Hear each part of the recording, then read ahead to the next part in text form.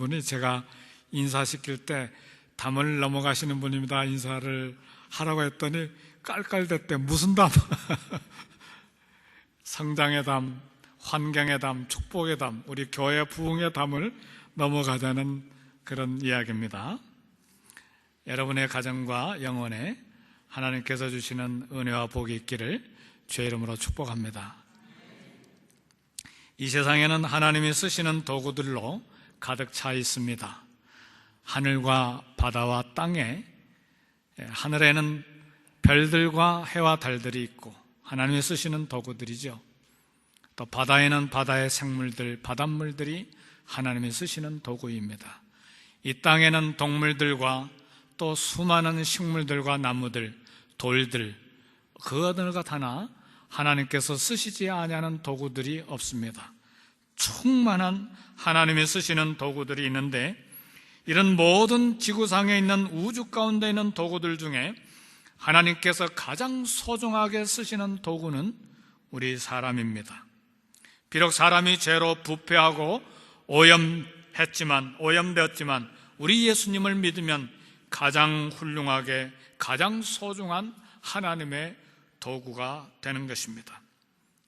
죄인이 회개하면 방황하는 또 다른 사람에게 놀랍도록 가장 훌륭하게 쓰이는 도구가 될 수 있습니다. 오늘 본문에 소개된 사울이 바로 영적인 어두움에서 돌아와서 하나님의 놀라운 도구로 쓰임받는 주인공이 됐습니다. 사울은 교회를 핍박하는 사람이요, 교회를 파괴하는 사람으로 악명이 높았습니다. 그 악명이 얼마나 높았던지 예루살렘에서 거의 240km나 떨어진 다메섹, 지금 시리아의 나라의 다메섹이라고 하는 곳까지 사울의 악명이 소문이 났습니다. 그래서 다메섹에 있는 그리스도인들은 사울이 다메섹을 방문하려고 하는 이유를 벌써 다 알고 있었습니다. 그래서 그곳에 살고 있었던 아나니아에게 우리 예수님께서 환상 중에 나타나서 사울에게 가라고 할 때에 아나니아가 놀랐습니다. 그리고 가라고 하는 그 명령을 받기가 대단히 어려웠습니다. 그래서 그 이유를, 마음의 부담을 우리 주님께 말씀을 드렸어요. 그게 본문에 오늘 9장 13절에서 14절 말씀입니다. 아나니아가 대답하되 주여, 이 사람에 대하여 내가 여러 사람에게 듣사온즉 그가 예루살렘에서 주의 성도에게 적지 아니하는 해를 끼쳤다 하더니 여기서도 주의 이름을 부르는 모든 사람을 결박할 권한을 대제사장들에게서 받았나이다 하거늘 그랬습니다. 마음에 안 든 거예요. 주님, 이 사람 어떤 사람인 줄 아십니까? 소문 못 들으셨습니까? 이 사람은 교회를 파괴하는 사람이요, 핍박하는 사람인데 왜 나를 가라고 하십니까? 이렇게 이 일을 제기한 것입니다. 사랑하는 성도 여러분, 특별한 경우가 아니면 주님이 가라 하면 갈 수 있기를 주의 이름으로 축복합니다. 궁금해가지고 여쭤볼 수는 있어요. 그러나 순종하기 위해서, 궁금증을 해결하기 위해서 여쭤볼 수는 있지만 이거 아닙니다. 주님 생각하고 내 생각이 다릅니다. 이런 생각을 갖지 않기를 바랍니다. 우리 주님께서 이렇게 이 일을 제기하는 아나니아에게 두 번째로 말씀하셨는데, 오늘 그 말씀이 본문 9장 15절에서 16절 말씀입니다. 주께서 이르시되 가라, 이 사람은 내 이름을 이방인과 임금들과 이스라엘 자손들에게 전하기 위하여 택한 나의 그릇이라.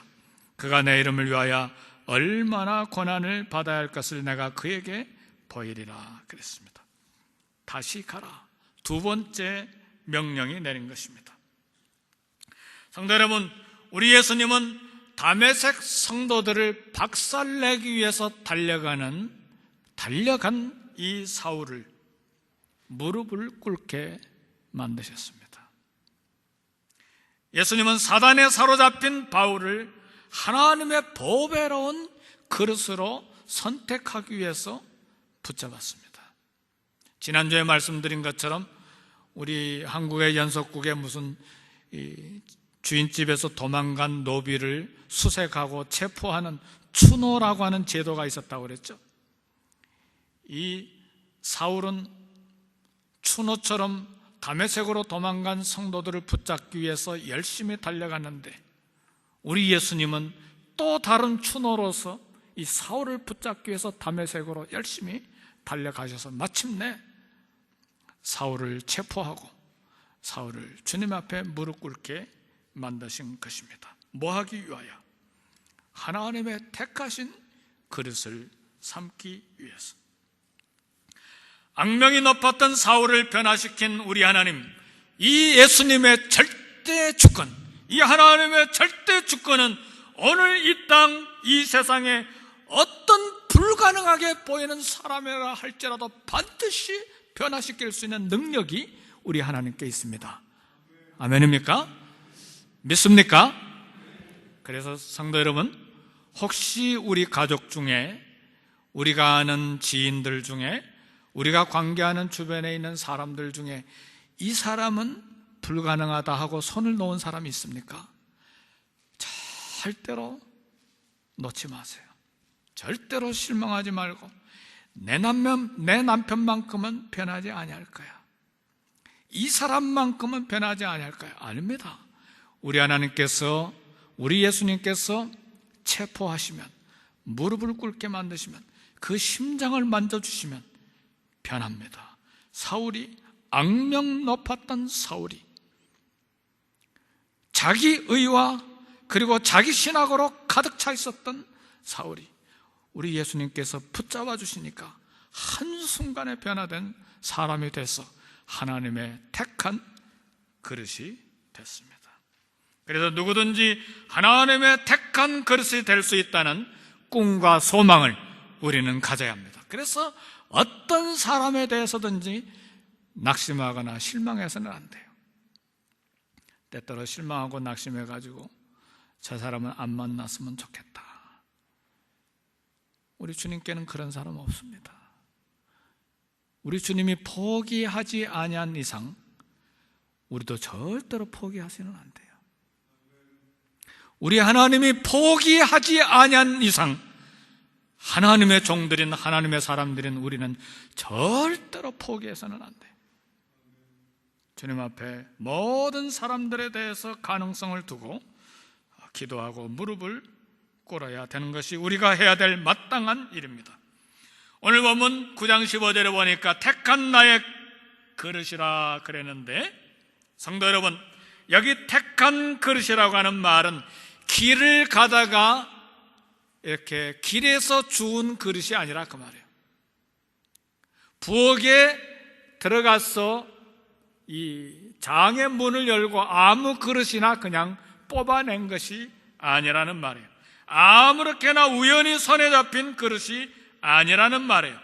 우리 주님이 사울을 친히 선택하셨다는 말이에요. 택한 나의 그릇이라. 택했다고 하는 말은 여러 것이 있는데 그 중에 하나를 골랐다는 것을 말해요. 성도 여러분, 2000년 전에 우리 예수님이 사시고 바울이 살았던 2000년 전에 전 세계 인구가 2억이었어요. 2억 명이었어요. 2억의 인구 가운데 우리 예수님께서 이 사울 한 사람을 택해서 이는 택한 나의 그릇이라 이렇게 선언하신 것입니다. 우리 예수님께서 사울을 당신의 그릇으로 선택하신 것처럼 오늘 저와 여러분 한 사람 한 사람도 선택하셨음을 믿고 감사하시기를 주의 이름으로 축복합니다. 근데 특별히 바울이 고린도후서 4장 7절에서 이렇게 고백을 했어요. 우리가 이 보배를 질그릇에 가졌으니 이는 심히 큰 능력은 하나님께 있고 우리에게 있지 아니함을 알게 하려 함이라 그랬어요. 바울은 자기가 이 예수님의 계시를 받은 대로 택한 예수님의 그릇인데 자기를 가리켜서 질그릇이라 이렇게 표현을 했어요. 질그릇 알죠? 깨지기 쉬운 그릇, 연약한 그릇, 부셔지기 쉬운 그릇. 사울은 깨지고 부서지기 쉬운 연약한 질그릇이었어요. 그러나 예수님은 사울을 선택한 당신의 그릇으로 삼아서 보배를 담아주셨어요. 보배가 누굽니까? 우리 예수님이에요. 보배가 무엇입니까? 복음이에요. 이 예수님을, 복음을 깨지기 쉬운 연약한 그릇 사울에게 담아주셨다는 말이에요. 사랑하는 성도 여러분, 오늘 우리도 그야말로 깨지기 쉬운 연약한 질그릇이에요. 한번 저와 여러분들을 보십시다. 얼마나 우리가 상처받기 쉬운 그릇입니까? 얼마나 쉽게 절망하고 얼마나 쉽게 가슴이 무너지는 질그릇입니까? 육체도 깨지기 쉽고 마음도 깨지기 쉬운 질그릇이에요. 우리는 최하품의 질그릇이에요. 그러나 놀라운 것은 우리 하나님께서 놀라운 기적을 우리 삶 가운데 일으키셔서 하나님의 택한 질그릇이 됐습니다. 할렐루야. 하나님의 택한 질그릇, 생명을 담은 질그릇, 예수님 때문에 생명을 담은 질그릇이 됐어요. 진리를 담은 그릇, 영생을 담은 질그릇, 하나님의 집에서 수종드는 질그릇이 됐어요. 그래서 우리는 하나님 앞에 평생의 영광의 찬송을, 그리고 감사의 찬양을 드려야 될 보배롭고 존귀한 질그릇이 된 것입니다. 아멘입니까? 아멘. 할렐루야. 중요한 것은 하나님의 손에 붙잡힌 바 된 질그릇이 되어야 돼요. 오늘 그런 부분에 대해서 이야기하기를 원합니다. 무엇 때문에 나를 택해 주셔서 우리 주님의 그릇이 되게 하셨는가? 그 목적을 알아야 돼요. 내가 하나님의 택한 그릇이다. 하나님이 택하신 우리 주님의 그릇이 되었다. 그거 가지고 자존감을 높이고, 그리고 내 존재감을 갖고 그러라고 질그릇으로 택하신 것이 아니에요. 그릇으로 택해 주신 분명한 이유와 목적을 알아야만 합니다. 디모데후서 2장 20절에 보면 큰 집에는 금그릇과 은그릇뿐만 아니라 나무그릇과 질그릇도 있어 귀하게 쓰는 것도 있고 천하게 쓰는 것도 있나니, 그러므로 누구든지 이런 것에서 자기를 깨끗하게 하면 귀히 쓰는 그릇이 되어 거룩하고 주인의 쓰심에 합당하며 모든 선한 일에 준비함이 되리라 그랬어요. 요 사도 바울이 디모데후서에서 기록한 이 큰 집이라고 하는 것은 아마 부잣집인 것 같습니다. 부자가 아니면 어디 금그릇이 있고 은그릇이 있겠어요. 큰 집에는 금그릇도 있고 은그릇도 있고, 옛날에 우리 한국 사람들이 썼던 놋그릇도 있고, 구리로 된 놋그릇도 있죠. 사기그릇, 질그릇, 나무그릇 다 있는데, 성도 여러분, 저는 금그릇은 한 번도 못 봤습니다. 금그릇 보신 분 있습니까? 혹 박물관에 가면, USC 박물관에 가면 지하에 그 금들이 많이 있는데 거기 가면 볼 수 있을지는 잘 모르겠네요. 그런데요, 아무리 금으로 된 그릇이라 할지라도 화장실 변기로 사용하는 금그릇이면 식탁 위에 못 올라옵니다. 오늘 바울이 디모데후서 2장 20절에서 이야기하는 중요한 이야기는 금그릇, 금그릇, 어떤 그릇이든지 간에 주인의 쓰심에 합당한 깨끗한 그릇 되는 것이 중요해요. 그래서 깨지기 쉬운 연약한 질그릇이라 할지라도 거기에 보화를 담아버리면 보화 그릇입니다. 보물 상자가 되는 거예요. 화장실에 금으로 된 변기면 똥을 담는, 죄송합니다, 설교 중에 변기가 되는 거예요. 중요한 것은 무엇을 담느냐가 중요해요. 오늘 저와 여러분들이 하나님의 택하신 그릇이 되었습니까? 보배를 담기를 주의 이름으로 축복합니다. 보화를 담아야 돼요. 근데 이미 보배로 오신 우리 주님, 생명의 주님, 복음을 우리에게 담았어. 그래서 어떻게 이 질그릇을 사용할 것인가가 중요한 거예요. 주님이 깨지기 쉬운 질그릇인 저와 여러분들에게 보배를 담아주셨어요. 이 질그릇에 영원한 생명과 진리를 담아주시고 바른 가치관과 삶의 보배로운 삶의 목적을 담아주셨어요. 그래서 이 생명과 진리, 바른 가치관, 바른 삶의 목적대로 쓰임받아야 돼요. 그렇게 사용이 돼야 돼요. 내게서 예수의 생명이 나타나게 하려고 택한 그릇 되게 하신 하나님 앞에서 내 몸에서 생명이 나타나야 돼요. 예수 그리스도가 나타나야 되고, 내 입에서 생명의 진리가 나와야 되고, 내 손과 발에서 참으로 거룩함이 드러나야 되고, 내 생각 속에서 거룩한 은혜가 나와야 돼요.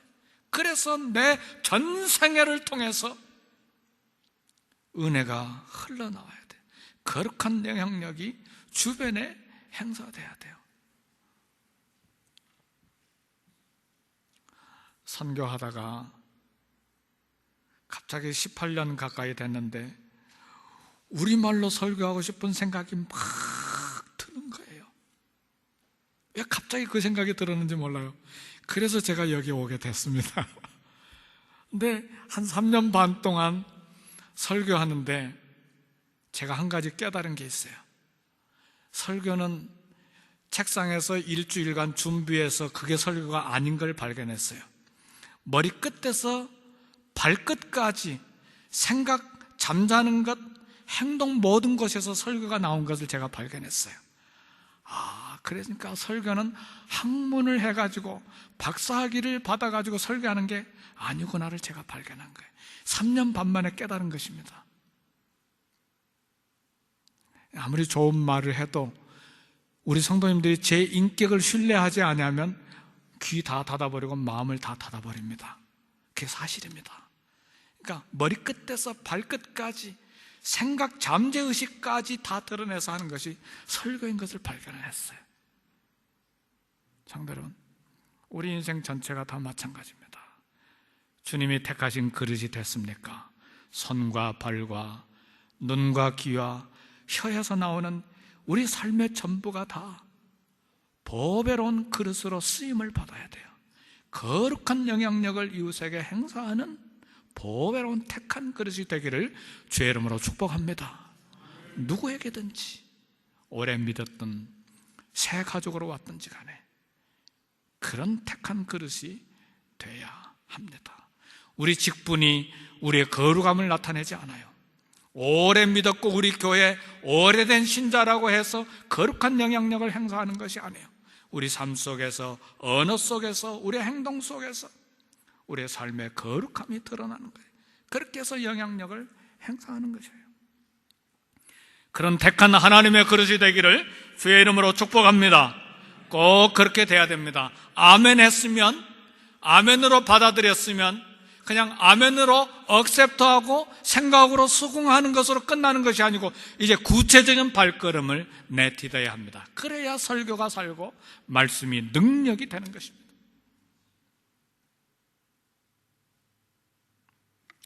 내 질그릇에 보배를 담아주신 목적에 걸맞는 삶을 살아야 돼. 마태복음 7장 6절에 그렇게 말씀했어요. 거룩한 것을 개에게 주지 말며 너희 진주를 돼지 앞에 던지지 말라.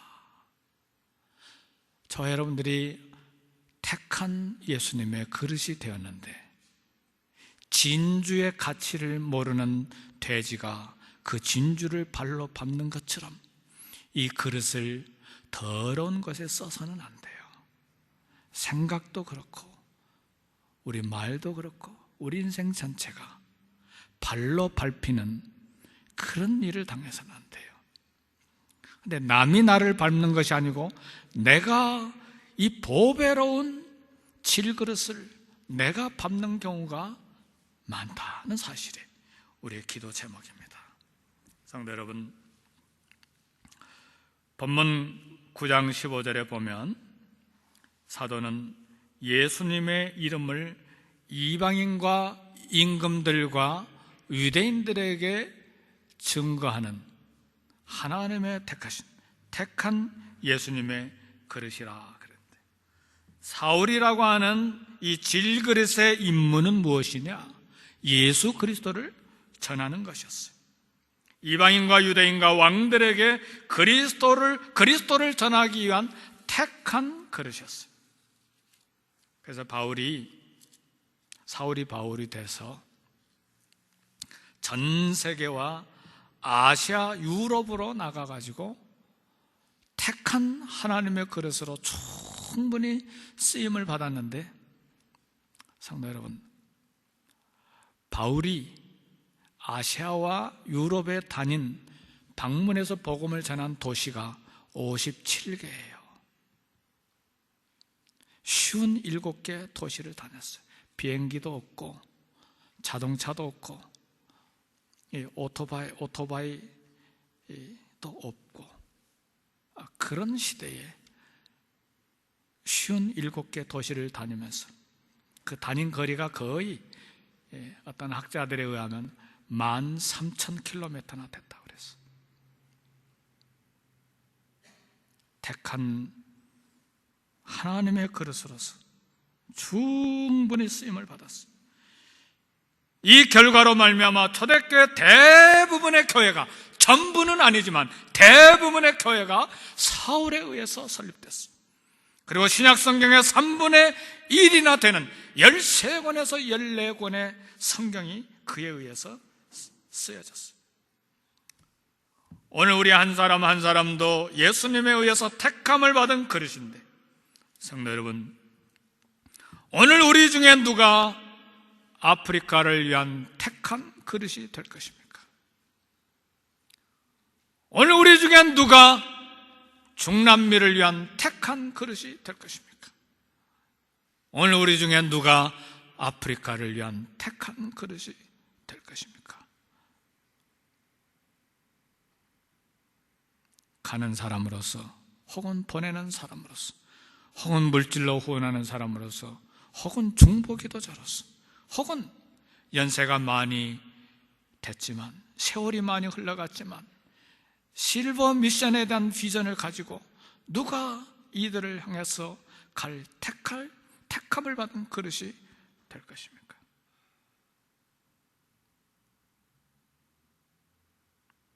그분들이 저는 여기에 오늘 우리 가운데 분명히 있다고 믿습니다. 믿습니까? 아멘. 얼른 아멘 하세요. 아멘. 아멘 하는 사람에게 아프리카로 가고 아시아로 갈 여행 경비, 비행기 티켓까지 우리 하나님 주실 걸 믿습니다. 아멘입니까? 아니, 비전을 갖는 사람에게 비행기 티켓이 생기는 거예요.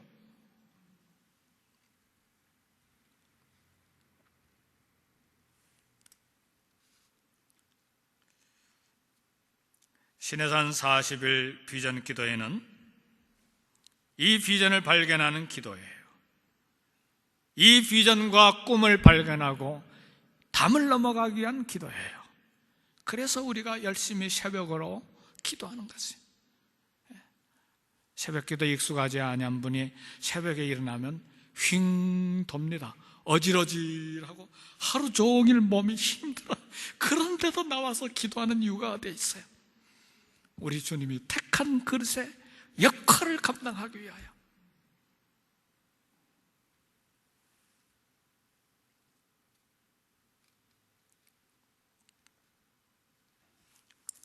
택한 하나님의 그릇으로서 아내의 임무와 남편의 임무, 부모의 임무, 교회를 위한 임무를 우리 각자 잘 감당해야 합니다.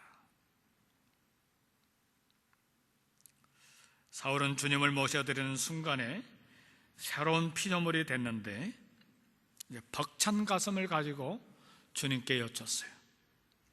본문에는 안 나타나 있는데 사도행전 저 뒤에 가보면 이 부분을 간증하면서 이렇게 사울이 이야기했어요.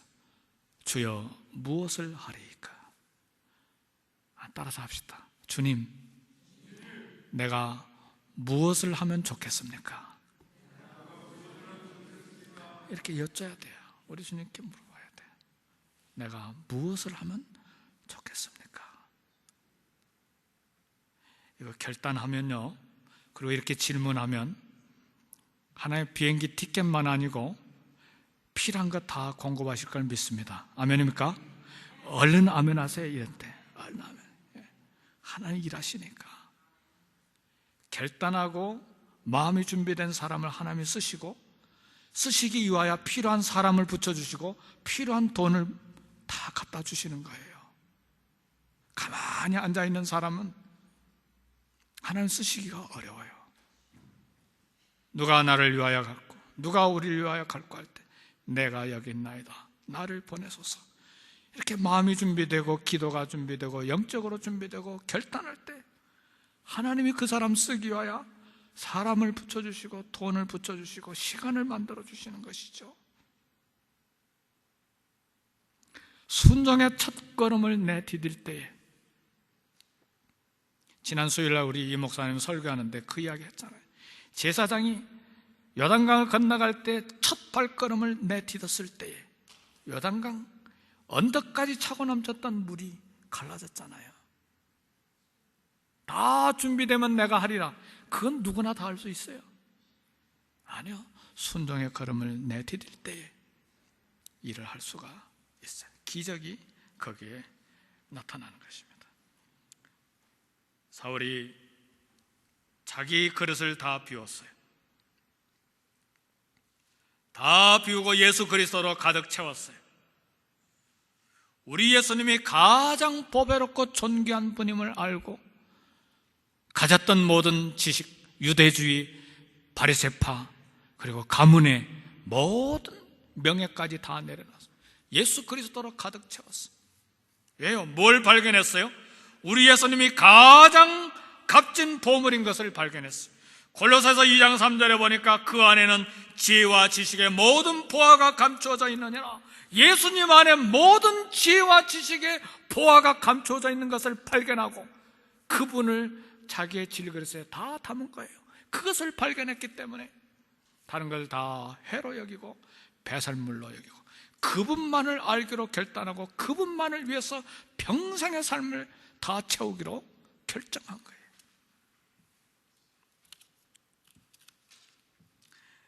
예수님을 내 삶에 가득히 채우는 삶이야말로 최고의 삶입니다.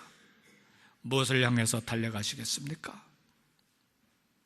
근데 택한 하나님의 그릇이 되었는데도 잘 쓰임받지 못한 사람들이 성경에 나옵니다. 이 사도 바울과 똑같은 이름을 가졌던 사울 왕, 하나님께서 택한 하나님의 그릇으로 삼아주셨는데 자기 명예를 위해서 살다가 결국은 자살해서 죽었어요. 엘리 제사장도 마찬가지예요. 제사장 가문이 얼마나 복된 가문입니까? 자기 아들들도 다 제사장으로 삼아주셨는데 불충성하다가 목이 부러져서 죽었어요. 그러니까 택함 받은 하나님의 그릇이 되었다는 그 존재 자체가 중요한 것이 아니고 어떻게 택함을 받은 하나님의 그릇으로서 사명을 감당하고 임무를 충성스럽게 감당하느냐가 중요한 거예요. 오늘 저와 여러분들이 하나님의 택하신 그릇인 것이 분명해요. 추노처럼 우리 주님이 저와 여러분들을 추격해서 체포해서 하나님의 택하신 그릇이 됐는데 오늘 그 존재가 어떻게 쓰임을 받느냐가 중요한 거예요.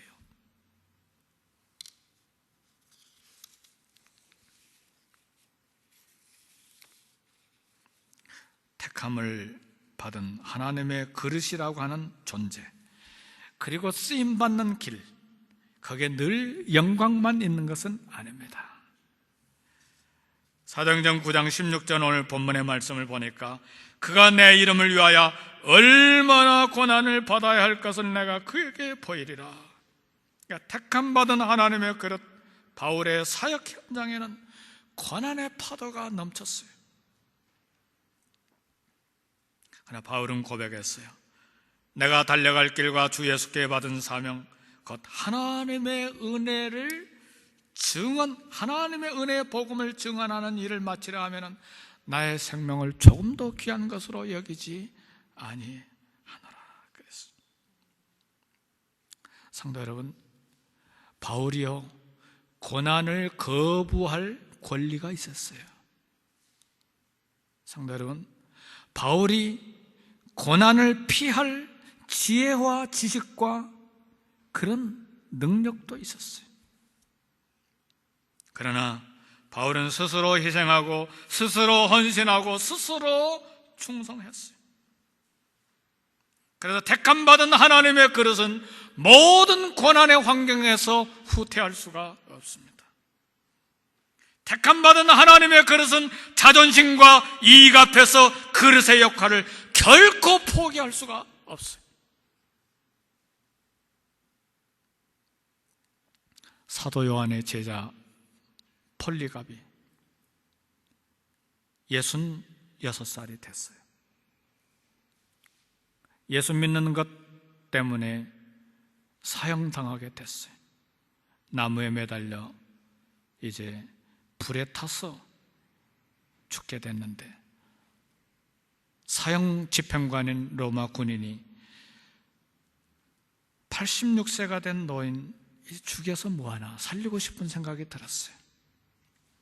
당신 마음으로 믿든 안 믿든 상관없는데 입으로 한 번만 예수님 모른다고만 해라. 그럼 내가 살려주겠다. 우리 지난주에 영상을 통해서 순교 사화에 관한 글들을 쭉 읽었는데 그 중에 하나예요. 폴리갑이 고백했어요. 86년 동안 그분을 섬겨왔는데 그동안 그분은 나를 한 번도 부당하게 대우하신 적이 없습니다. 나는 그분을 배반할 수 없습니다. 그리고 불에 타서 순교해 죽었습니다. 말씀을 마칩니다. 우리는 깨지기 쉬운 연약한 그릇들입니다. 부서지기 쉬운 연약함 때문에 얼마나 실패를 반복해서 여기까지 왔는지 몰라요. 그러나 깨지기 쉬운 연약한 그릇이지만 우리 주님은 그런 나에게 한 번도 실망하시지 않으셨어요. 그런 나를 한 번도 포기하지 아니하셨어요. 오히려 정결한 피로 씻어주시고 주님 쓰시기에 합당한 그릇으로 세워주셨어요. 모든 선한 일에 준비된 그릇으로 세워주셨어요. 이 주님의 변함없는 뜨거운 심장, 변함없는 뜨거운 사랑 앞에서 저와 여러분들은 어떻게 응답하실 것입니까? 택한 그릇이 된 것은 일방적인 하나님의 은총이요, 은혜요, 특권입니다. 그러나 이 은총과 은혜와 특권에는 책임이 뒤따릅니다. 한 번도 나를 부당하게 대우하신 적이 없으신 주님 앞에서, 한 번도 나를 포기하신 적이 없는 주님 앞에서 심장으로 나를 사랑하시고 택한 그릇으로 삼아주신 주님 앞에서 우리 뇌의 작동이 멈추는 날까지, 우리 심장 박동이 멈추는 날까지, 삶의 호흡이 끝날 때까지 택한 하나님의 그릇의 사명을 다하시기를 주의 이름으로 축복합니다.